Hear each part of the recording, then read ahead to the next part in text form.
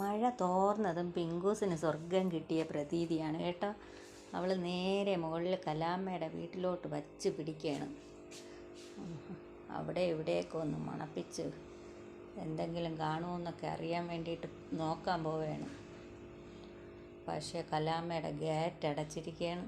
അതുകൊണ്ട് ആൾ പതുക്കെ പുറകോട്ട് വലിഞ്ഞു.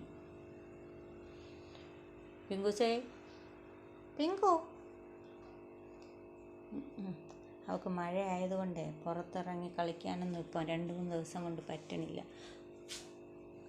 അതുകൊണ്ട് ഇപ്പം ഇത്തിരി തോർന്നത് ഓടിയ ഓട്ടമാണ്. കണ്ടോ? ഇനി അടുത്ത് മഴ പെയ്യുമോ എന്നാണ് നോക്കണത്. പിങ്കൂസേ, നീ അവിടെ എന്തോ നീണേ? ഇങ്ങ് വാ, ഇങ്ങ് വാ, ഇങ്ങ് വാ. അതാ ഗേറ്റിൻ്റെ ഇടയിലൂടെ തലയിടുകയാണ്. പുറത്താരെയും കാണുന്നില്ല, അതുകൊണ്ടാണ് അങ്ങനെ നിൽക്കുന്നത്. രക്ഷയില്ല. അതാ തിരിച്ച് വീട്ടിലേക്ക് ഓടുകയാണ്.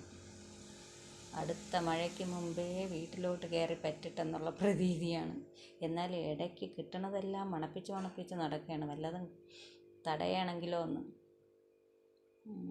എന്തായാലും പൊയ്ക്കളയാന്നുള്ള മട്ടിലാണ്. ഓടിക്കോ മക്കളോടിക്കോ, മക്കളോട്. മഴ വരണം, മഴ വരണം.